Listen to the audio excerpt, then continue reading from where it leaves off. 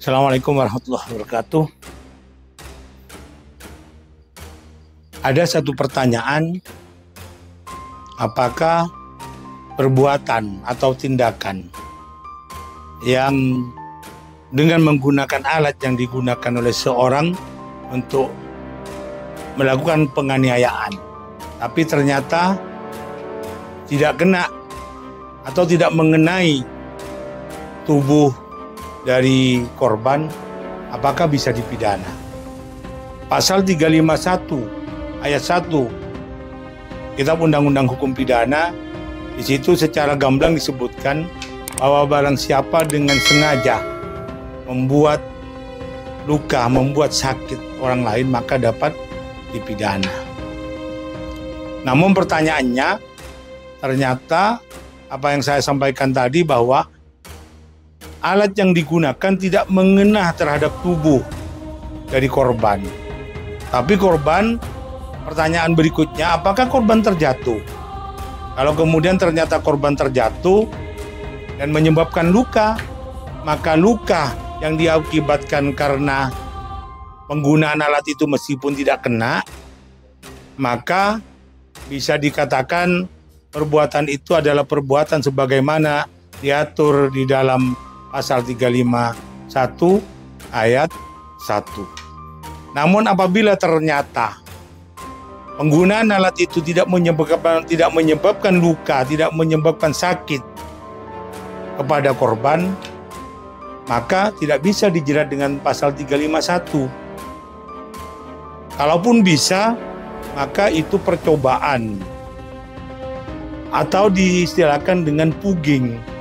Namun bisa disampaikan pada kesempatan ini, untuk kasus perbuatan pidana, tindak pidana, delik penganiayaan, itu tidak ada percobaan. Karena tidak ada percobaan di dalam kasus tadi, maka saya sampaikan bahwa apa yang sudah dilakukan tadi itu oleh si pelaku justru bisa dikenai pasal percobaan pembunuhan. Jadi lebih di atas lagi. Karena apa?